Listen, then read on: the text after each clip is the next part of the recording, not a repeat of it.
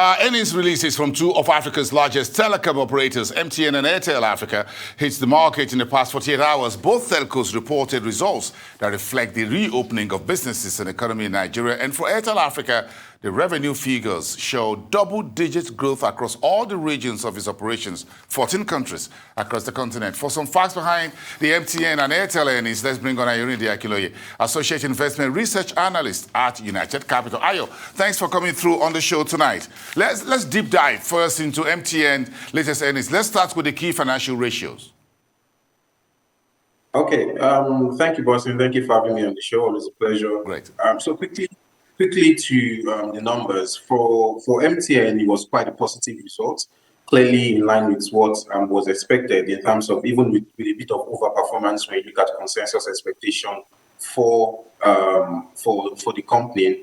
Just looking a bit at the ratios, you look at the company's EBITDA and operating margins were very much impressive, which, for example, operating margins expanded by about 3.2 percentage points, and EBITDA margin was up by about 1.6 percentage points. And that's clearly linked to the fact that they were able to expand revenue, and at the same time, they were also able to control the operating expenses in a very high inflationary environment where they've operated all through the year. So clearly, for example, revenue grew about 25.6%. Operating expenses in total, when you look at their total expenses, grew by under 18%, basically. So as a result, you look at the fact that being able to grow revenue faster than expenses has been very critical for the company's performance so far this year. And when you look at revenue numbers, definitely as the growth frontier of the telco space, data revenue performed very well, grew about 51% year on year. When you compare the first 9 months of 2021 to 2020, grew about 51.6%. SMS revenue was also performed very well, more than tripled when you look at it on a year-on-year basis, from about 8 billion naira to about 32 billion. So SMS performance was very, very interesting. Fintech revenue was very interesting, also grew about 55%. Voice revenue, was also pretty much interesting, being the largest revenue base, grew about 9%. That's one of the fastest growth rates that voice revenue has recorded in recent times. So it was a very decent result from MTN, and definitely has been reflected in sentiments relating to the stock so far. Yeah. So as far as you're concerned, what did this earnings say about the business of telecommunications in Nigeria for MTN?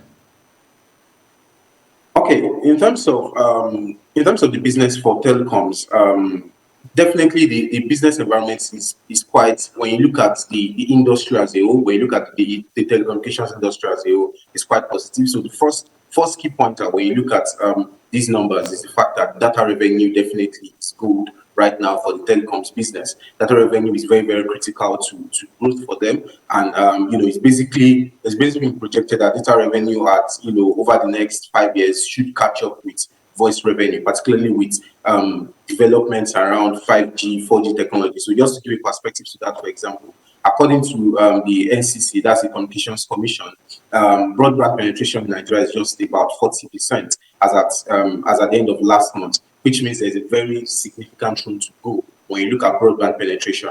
You look at drilling down to MTN Nigeria as a company. The company's 4G coverage is about 69%, so just about under 70%, which means there's still a long way to go, because there are still lots of areas within Nigeria where 4G internet is not available, and they've had to be using 3G. And the introduction of 4G means you get faster internet, more data consumption, and definitely more revenue for the business. So data revenue definitely good. And when you also look at fintech revenue, payments, use of extra time, so the fact that people can now borrow airtime whenever they are unable to buy immediately, that credit facility being available for customers is also a key revenue frontier for the business. But when you look at all that, there are definitely the challenges, regarding FX and all, but the sector definitely is looking very much bright. I'm looking at Airtel Africa's earnings per share for fiscal half year. That's a whopping 155 or so